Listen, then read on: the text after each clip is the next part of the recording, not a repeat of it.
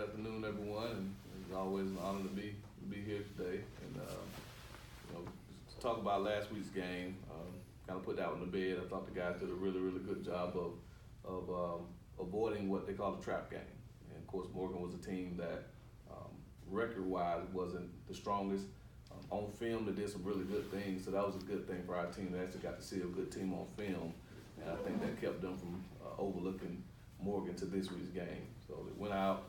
Defense obviously played another lights-out game to hold Morgan to 3 points, to get a defensive touchdown, and keep them under 100 yards rushing, which was always one of our goals on defense. Offensively, we were able to run the football, and as we've seen all year, when we can run the football effectively, it really makes us hard to defend. And in the kicking game, did some good things. Made a 47-yard field goal, obviously our longest of the year. Covered really well on kickoff coverage when we didn't kick the ball out of bounds. So again, overall, a team performance, and I think this team is hitting its stride and really starting to understand how good we can be. And so we'll need that. Obviously, have a tall challenge this week to go up to a Howard team that before last week's loss to South Carolina State was really setting this up to be a huge game, probably the biggest game of the year outside of the A&T game. So, but still a huge game, going on the road, playing a team that's leading the conference in total offense right now, leading the conference in scoring offense. And so our defense, who's playing at a very high level, will probably face its toughest challenge this week. But these guys, I'm sure, will be up to the challenge.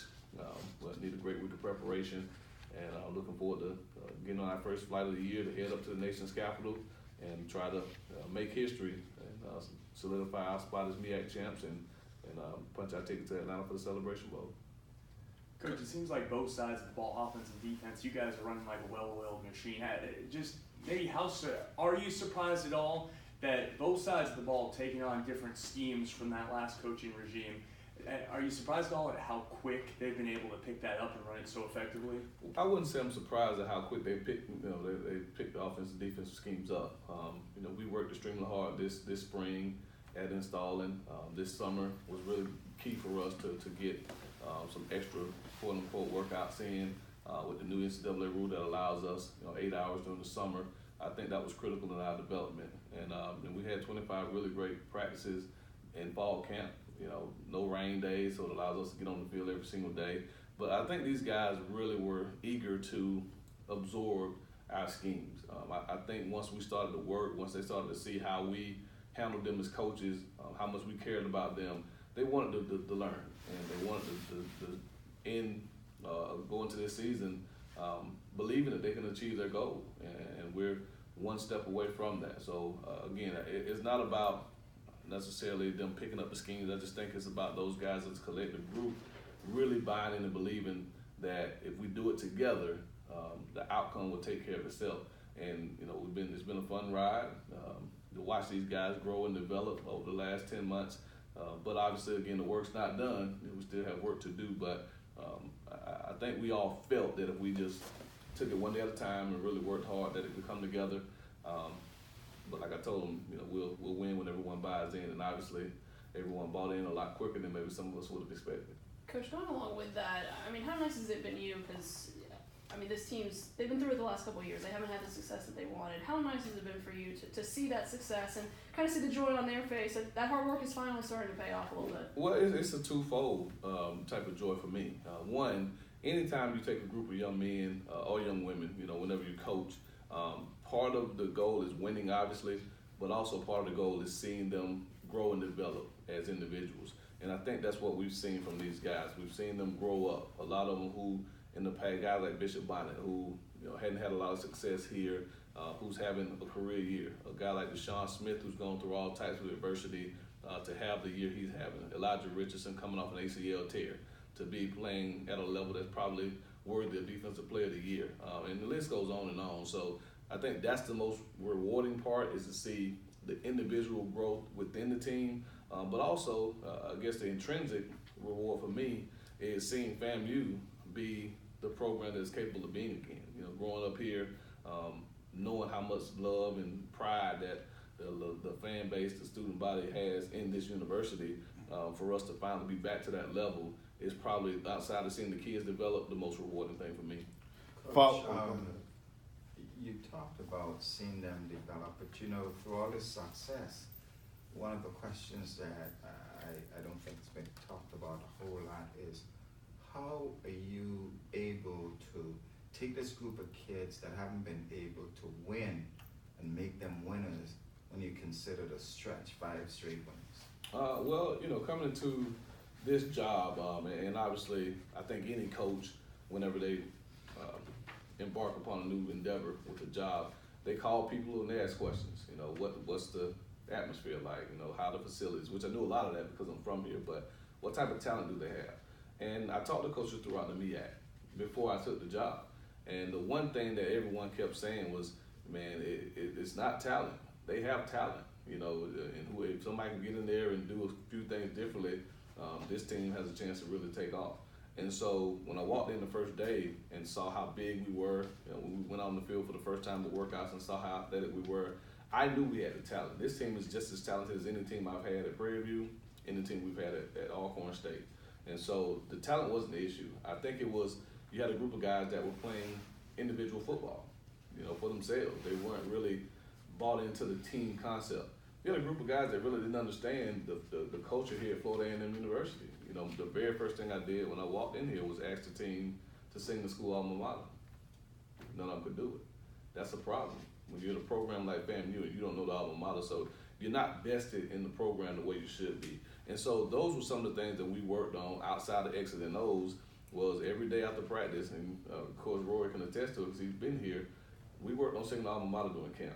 While we're doing push-ups and sit-ups and conditioning, we're learning the school alma mater. And after every win, after every game now, we go to the band or to the fans and we sing the alma mater, because you have to have a great amount of love and respect for this university to allow that Rattler spirit to come out of you. And I think that's the biggest thing that these guys have done. They learned to do it together, and they've learned to play for FAMU, not for themselves, but play for FAMU. And I think that's why you see the success that we've had this year. How much of a challenge was it for you to get that whole concept of history and all of that and what it means? How much of it was difficult for you to get through? I mean, it's obviously a challenge, but I didn't do it myself. You know, this wasn't a Willie Simmons led, or it was led by me, but it wasn't a sole Willie Simmons endeavor. I have a great coaching staff, a phenomenal coaching staff that really enforces what our philosophy is. And when I give the directive to the staff in the mornings, they carry that thing out. So whether it's class attendance, going to treatment, study table, you know, living right off the field, all the things that it takes to be a complete student here at Florida A&M University, we've all bought into that. And again, I think the top programs are consistent throughout. It's not just within the football program. It's when they go across campus to academics. It's when they're in the classroom with the professors. It's these kids know they're not kids, but these young men know there's nowhere to hide. I can't cut corners anywhere. I can't cut corners in football. I can't cut corners in class. I can't cut corners out in socially. And I think because everyone has bought into that, I think that's why we've had the success we've had. It's not just me. It's everyone getting these young men to understand what it takes to be a champion. I know you talked a little bit on Saturday about kind of a be successful now, win now mentality that you guys have brought to this.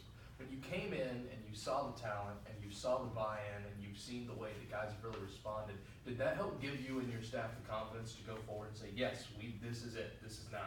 Well, I think we came in with that. You know, when I assembled this staff, you know, we started to meet, that was the directive. We're going to do everything we can to get these guys to understand that we have a standard of excellence. When we passed out playbooks, we passed out our notes for spring and fall camp, that was on there. The standard is excellence. That's what our standard is here at FAMU. It's not building a championship. It's not growing a program. Our standard is excellence, and that's right now. And the only way for us to achieve excellence is to chase perfection. And that's our motto. We chase perfection. Be everywhere you're supposed to be when you're supposed to be there. Do the things that you're supposed to do when you're asked to do them. And even when Coach Hubbard came in and talked to the team before the Jackson State game, that was his message. Do it now. We need you to do what you need to do now, not later. We need you to do it now because it's required of you now. And so I think them understanding that standard of excellence for us and us as coaches and administrators, not allowing anything short of their best is really what we were encouraged about. So we knew we had a good plan. It was just a matter of tweaking a couple things in their mindsets to get them to understand and believe that plan. and then having some early success definitely never hurt. You know, for us to start the season with a big win, and even to the Troy game to see, you know, even though we lost the game pretty soundly, to look at the film and see if we just do a few things differently, we get to play with the FBS football team that the next week when they beat Nebraska. You know, so I think this team has really learned each other and really understood us as coaches and what we're trying to put together here. But again, I couldn't be prouder of the, like I said, the growth and development that they've had because of I know what this program is capable of being. Coach, speak about the hunger and the fire. I mean, even in the midst of this winning streak, the players still feel slighted and are still really angry about that 5th place preseason ranking, and it's constantly, we haven't done anything. We're 0-0, and so that fuel is really what's going to be on the plane and at Greenfield at Howard this weekend. Well, you know, again, I think for us, we remind them all the time that we're still chasing our goal. We haven't achieved it yet. Yes, we won more games here than we've won in a long time. Yes, we've had our first winning season here that we've had in a long time. You know, we went on the road and beat the big bad A&T Aggies. You know, so we've done a lot of great things here, but our goal is to win a MEAC championship. That goal is still out there to be attained. And so, like I told the guys, yes, we're eating a lot of success, but at the end of the day, I'm greedy. I'm still hungry. You know, I'm not full yet. So we got to continue to push forward. And once we achieve our goal of winning the MEAC championship, then becoming Black College national champions, we'll take a breath. But until then, we have the same motto: go to work. We have a 24-hour rule after a football game. Enjoy it, celebrate it, or soak in the loss, but go right back to work, because that's what successful people do in life. They go to work, regardless of what happens around them. There are a lot of people west of here who had to go back to work. In the midst of the worst storm that ever hit this area, thousands of people have had to go back to work, and they've had to start to slowly pull their lives back together. And that's the attitude of this country, and I think that's what makes, you know, us great here, is that we understand that regardless of the situation, if you want great things in life, you have to work for them. Nobody's going to give them to you. You know, I'm happy for the Powerball winner up there in South Carolina, but 99.999% of us are still having to work every single day. They're probably on vacation right now, but you know, everyone I called that morning was on their way to work. And so that's what we have to do, and our football team understands that. And because they do, I think that's why we see the success that we've had this year. Coach, do you happen to know who the last first-year coach here at FAMU was to win a MEAC title in their first season? I haven't even thought about it, to be honest. I would assume Jay Gaither. He has every other award here. So. And I only know that because of this, and I know you're not there yet. But just to be in that name, in that namesake, and to have that potential. I mean, what does that say about you, and what does that kind of mean?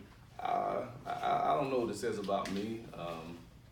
As I've said before, it's not about me. You know, it's about these young men. It's about the work that they put in. It's about them believing, and that's I think more so than first-year head coach winning a championship. If we continue to get it done, it's the 2018 football team that. You know, Ryan Stanley, you know, who's been here 3 years and who's gone through more criticism than anyone. It's, you know, Elijah Richardson, it's Terry Jefferson, it's, you know, Lubens Polynice, Obina Nwankwo. It's all those guys. Pat Dalton, you know, who had a horrific car accident that caused him to miss 2 years of football. It's all these comeback stories that's the big issue here. Again, I don't want it to be about a hometown boy coming home to resurrect FAMU, because the championship spirit has always been here. You know, and I think these guys just needed a little bit of steering and direction to reach in there and pull it out. And that's all this staff have tried to do, is to just reach inside these guys and pull out the greatness that's been in them for so long. You know, they just haven't realized it. And I think they're finally starting to realize that they can be the best team in Black College football, that they can be one of the best teams in FCS football. They can be All-Americans, all-conference guys, future NFL players, you know, graduates, you know, guys that change their communities, if they're just consistently reminded of that. And I think maybe some of those guys haven't been reminded of how great they could be over the last few years. No slight to anybody else, you know, previous staffs or whatever, but I think that was the biggest thing that we saw. You know, let's encourage these guys of what they can be, and work hard every single day to help them realize that. And when they do, I think the results show for themselves. And more than anything else, I think that's what you've seen. You see a confident football team now. You see a team that walks on the field in the face of adversity, being down 21-6 at A&T, being down 7-3 at Savannah. You know, we've been down at halves, you know, a few games, the locker room is the same. When we were up 31-0, the locker room was the same. Why? Because these guys believe that in a 60-minute football game, our will is going to take over. We're going to will ourselves to victory because we believe that we can do so. And I think that's the biggest thing that these guys have learned this season. Coach, I know you say it's not about you, but have you just had time to sit down and cherish these winning moments, being that you are making history within your first year as a football coach? The only time I can sit down is watching film and doing interviews. I mean, it's just, there's no time to look around. I mean, that's the same thing we talked to our team about. We have blinders on. That's what we talk to our guys about. You know, we're like the horse. We have those blinders, and all we see is what's in front of us. And what's in front of us right now is our is our Bison. That's what's in front of us. Not a MEAC championship, not the Celebration Bowl, not the first winning season since 2011, none of that. The Howard Bison is what's right there in front of our eyes. And even more important than that, Tuesday. Tuesday is in front of us. So we have to win today. We won Sunday. Had a great practice on Sunday. You know, hopefully the guys are winning today. Going to class, going to treatment, going to study table. Today's Tuesday now. Go to class, let's come here, let's win meetings, pay attention, lock in the meetings. When we hit the practice field with a purpose and win today, because that's all we can control. We can't control Saturday, we can't control December 15th, we can control today. And that's the mindset that this team is taking on. Keep your blinders on, don't listen to the outside noise. We appreciate the pats on the back, we appreciate the hand claps, we appreciate the fans following, but keep your blinders on because just like the Bible says about Paul, the moment he started to look around, he started to sink in the water. We got to continue to keep our eyes on the prize and understand that we can walk on water if we do that. But when you start letting the distractions come in, that's when you start to sink. That holds true for me too. If I start to look around about, you might be the first coach, great information, Kevin, but that's not important to me right now. What's important to me is making sure these young men understand what they have to do today, and that's win today. Coach, speaking of sitting down and looking at film of Howard, of course, Mike Lennon's a guy who's been there, done that in this college game, has a quarterback that's probably about to throw for 2,000 yards. What really jumps out at you when you take a look at the film? Kalen Newton. Kalen Newton's he's a very, very good football player. And, you know, he has a lot of similar skill sets to his brother. Obviously, he's not 6'5", 265. If you straighten his legs out, he might be 6'4". You know, he's as bow-legged as I've ever seen a person be, but extremely talented young man. Can throw the football, can run the football. They have a scheme that allows them to be, dynamic in what they do. That's some really good wide receivers, you know, so they're a team that's going to pose a great challenge for us defensively. Their defense hasn't put up the type of numbers that they're capable of putting up possibly, but opportunistic team. You know, had a pick six last week, I think, against Bethune, you know, recovered a fumble right down the 1 yard line for a touchback instead of Bethune scoring a touchdown. So you look throughout the film, you see those opportunities where the defense jumps out and makes plays. But I think the biggest challenge for us this week will be definitely trying to find a way to contain Kalen Newton. Coach, you talked about a little bit earlier Howard being the #1 offense in the MEAC. Are you preparing your guys for a shootout, or are you confident your defense can sort of slow down Kalen Newton? We're preparing our team to win by at least one more than they score. So again, you know, but our defense staff they've done a great job all year. You know, we don't. As crazy as it sounds, we don't talk as far as the offense doesn't talk to the. I don't ask Coach Street how many points you think you can hold them to this week. He didn't come and say, okay, Coach, how many points can you score this week? They're going to put the best game plan they can together to try to neutralize Howard. We're going to put our best game plan together on the offensive side of the ball to try to score points against their defense. The special teams coaches are working extremely hard to make sure that we win the field position battle, that we score points when we have the opportunity to. That's the game plan every single week. So every week poses a different challenge. Some teams are stronger on offense than they are on defense, vice versa. But for us, it's about trying to win all three phases. If we win all three phases, if we run the football on offense, if we stop the run on defense, if we don't turn the ball over, we win the field position battle, that's a recipe for success. And that's what we focus on. So I would, if we win 3-2, I would feel just as good as if we won 52-51. It doesn't matter to me. Our goal is to go and do what we need to do to win the football game.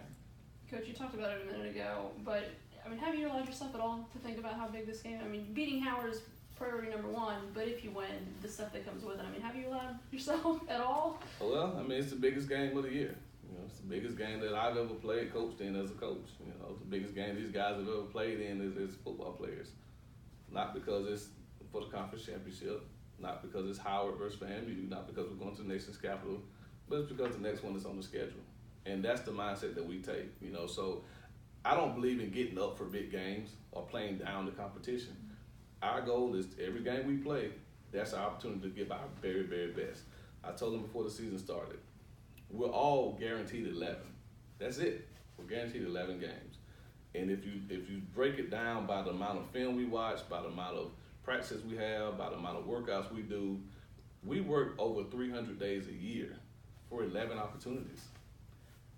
Any person with sense would say that's absolutely insane. and so how crazy would you have to be to waste one of those opportunities? You only get 11. It's not basketball where you play 40-something games. It's not baseball in college where you play 60-something games. It's 11 opportunities to play this game once a week.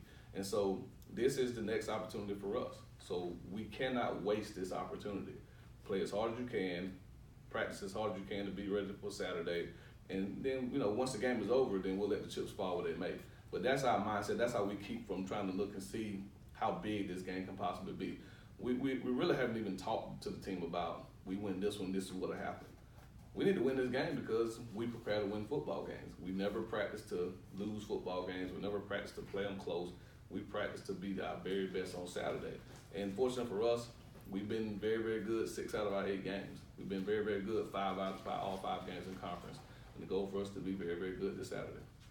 Coach, there's another institution here that on Saturday, you know, they say we're still trying to change the culture here. They haven't been able to change that culture yet from what it was a year and 2 years ago. For you here, it seems like you were able to change that culture fairly quickly. Just how were you able to do that? Well, you know, I think the thing that people have to understand is that the higher level you go up in football, the larger the gap is between the really, really good teams and the teams that aren't so good. The gap in the MEAC between the number 1 team and the number 10 team is a lot smaller than the gap between the number 1 team in the ACC and the number 14 team in the ACC. Same as the SEC, same as the Pac-12, same as the NFL. You know, so it's a lot easier, the smaller levels, to come in and maybe close the gap. You know, we're playing right now with 3 receivers that start for us that all walked on at FAMU. All Chad Hunter walked on at FAMU. Xavier Smith walked on. Marcus Williams walked on. We're playing with 4 running backs that all walked on here at FAMU. Deshaun Smith's a walk-on. Bishop Bonnet's a walk-on. Ricky Henrillis walked on. Devin Bowers walked on. So the only skilled player that we have on offense that came here on scholarship is Ryan Stanley. The only one. Imagine if that was said across the street. They wouldn't win a game. You know, so again, I think people just have to understand that, you know, it takes time to instill a culture. It takes time to get guys to understand what it takes. But talent does matter. And fortunate for us, when Chad Hunter came here, he walked on as probably one of the best receivers in the MEAC. Bishop Bonnet walked on as one of the most dynamic players in the MEAC.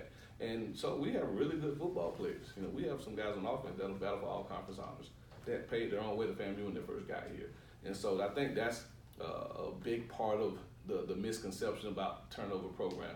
My first year at Alcorn State, we went 4-7, and we were lucky to win 4 games. I mean, we won 3 games by less than 3 points, and we were not very good talent-wise. The next year, those guys got older, they worked harder, then we ended up winning 9. You know, my first year at Prairie View, we had the best running back in the conference. We had the best offensive line in the conference. We had an all-conference caliber quarterback, and so it was a lot easier to go in and win that first year. Here, we have an all-conference quarterback, we have an all-conference receiving corps, we have all-conference caliber running backs, and so the skill level has always been here. And I think that's probably what a lot of people don't understand about, you know, turnover program. Scott Frost is no worse coach this year at Nebraska than he was at Central Florida last year when they went undefeated.